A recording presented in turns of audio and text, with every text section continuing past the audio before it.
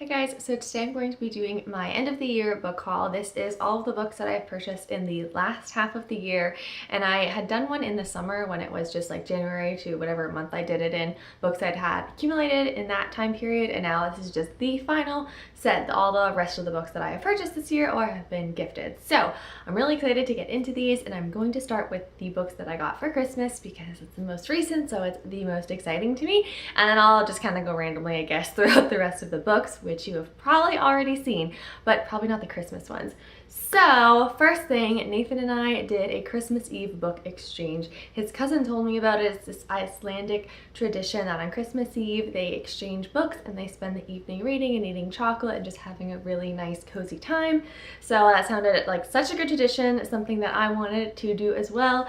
So I got from Nathan The Alienist by Caleb Carr. This book sounds so interesting. I've actually had it on my Goodreads TBR.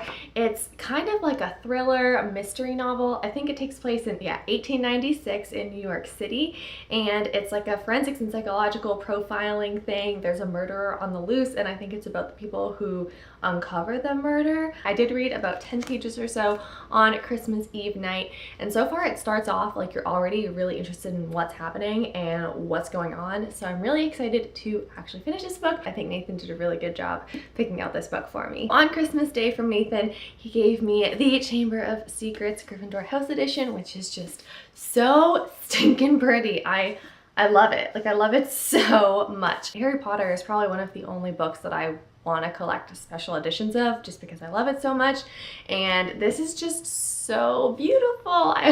I love it. So I'm so excited for whenever I read the books next, I'll be able to read this edition. It is a UK edition, and it has like a little map. It has information about the Gryffindor house in particular and some Gryffindor characters in particular, so it just really adds a nice little beautifulness to the whole series. And it's really funny because I definitely talked about these kind of editions in my book gift gang guide, so it was a perfect gift. Thank you again, Nathan. Nathan's cousin Brad. So excited about these two, where I need to get them in order. Give me 1 second.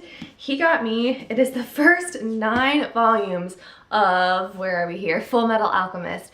So I've been wanting to get into manga now for a couple months. These are just his suggestions. He really likes these books, and Nathan and I had actually been talking about them too sometime because there's the anime show with it as well. I'm actually already halfway through this book, so I've read the first volume and I'm almost on the second volume, and I am going to bring these on the cruise with me that I leave for in like a couple hours. It's definitely adjustment getting used to how to read these though, but I think I've kind of got the hang of it now. So that was all the Christmas books that I received. I'm gonna go down to my birthday, which was in November, and I did get a couple books for my birthday. For my birthday from Nathan, I also got the Philosopher's Stone Gryffindor House Edition, so very excited about that. I also love this edition, and the Philosopher's Sorcerer's Stone.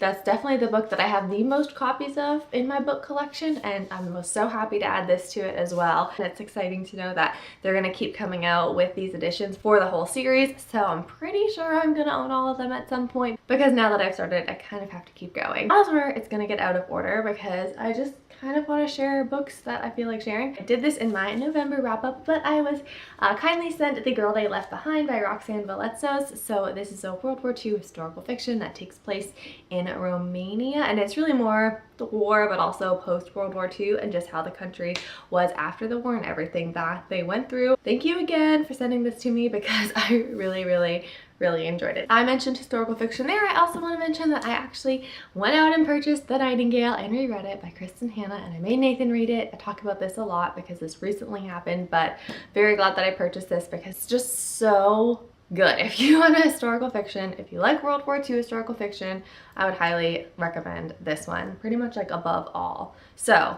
very happy that I own this. I probably will reread it again in the future even. This is the only contemporary book that I have to haul. I got this in the summer, and this is Save the Date by Morgan Matson. My library didn't have a copy, so I just had to go, you know, and buy one. And first of all, it's signed, which is really cool. She has a really cute signature. And also this whole inner thing here it's the whole cartoon thing, which is so cute. I really ended up liking this book a lot. I loved that it was a contemporary young adult, but it wasn't romance centered, which is a completely rare thing, honestly.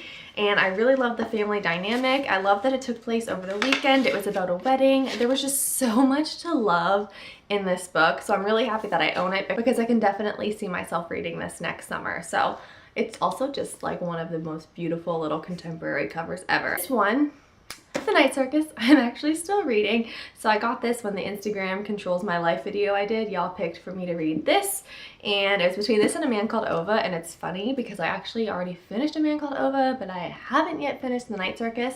I really am liking it. It's not because I didn't like it. I'm on page 302 out of about 500. The only reason I haven't finished it is because I was reading it in November, and then once December started, I decided to do the whole sequel December thing, which also really failed, by the way. I set this book down because I really wanted to focus on sequels that I never ended up reading. So I'm hoping to finish this one soon because I really liked it, but I just wanted to focus on sequels, and then I still didn't. Whatever. The point is, I'm still liking it. It will be read. I enjoy it so far. The other fantasy book that I purchased was Kingdom of Ash by Sarah J Maas. And this was another situation where my library didn't have a copy of this, and I just really wanted to read it. So I decided just to go ahead and purchase it, and it honestly wasn't even that expensive. I think I paid $12 for it because Target price matched Amazon's price. So I got it the day it was released. I started it the day it was released and already read it, loved it. 5 stars. I just think it's an amazing ending to the series. And also, I really love the cover. Like, I could not stop staring at the cover. You just have to pick it up and gaze at it. There's just something so cool about it. So good. So now I just have a few more, and these are not fiction. They're not novels. They're just different books. So I also got, I think in the first video I talked about the Armor of God book, which is a study book that I got. And the second half of the year I picked up What Matters Most. This is a study of Philippians, and it's fantastic. I mean, it's all about contentment and what contentment really is and how to have true contentment and what that looks like in your life. It's just so good. I think Philippians is just an amazing letter, and I'm so happy that I picked up this study and was able to really delve a little more deeply into it, but I think it was incredible. So if you love Philippians, or if you just want to study about contentment, yeah, this is very good. And then I have 3 cookbooks. I was gifted this Pioneer Woman Year of Holidays for my birthday from Nathan, and already I cooked a few things out of this book, and everything has been a hit that I have made from this book so far.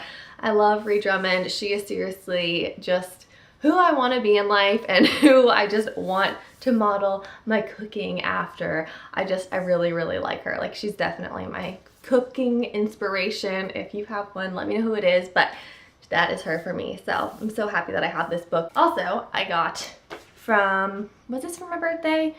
I think so. I can't really remember if this was just a just because gift from my mother-in-law, this Pies and Tart cookbook, and this book is so good. So on Christmas dinner, we used actually 2 recipes from this book, and they both turned out amazing. I'd been wanting to do more tarts and pies and things like that, and this is a really good combination of savory and sweet. And I feel like I never really think of pies in the savory way, but there are tons of savory pie recipes in here that all look so good. So I know for sure 2 of the recipes out of here are amazing, and I have mentally flagged like pretty much every page in this book. The final cookbook, and the final book actually, yes, in this whole haul, is kind of was like a birthday gift. I got an Amazon gift card from my stepdad, and so I decided to use that to buy Giada's Italy. So I'd wanted this cookbook, honestly, since I had heard it came out. I've never really made too much from Giada, but this just sounded like a perfect cookbook when I read about it. It's like basic kind of simple cooking. None of the recipes are overly complicated. She also has different categories for, like, these are just appetizers, these are quick dinners, these are Sunday dinners, like dinners that you can spend hours cooking. And I just think I love the style of the recipes. I've already looked through this book a couple times. I think I've only done one thing from here so far, but I'm really excited. Once all the holiday and the craziness dies down, I can do some of the Sunday style dinners, because that just sounds like so much fun to me, to just put a really nice meal together on a Sunday and have people over. And you know, I say all these things and they never happen, but that would just be really wonderful. So I'm very excited to have this book. It's just beautiful. Well, thank you for watching my end of the year Christmas book haul. Let me know if you've read any of these, if you've loved any of these, and maybe what was your favorite book that you bought yourself this year. Thank you for watching and happy reading.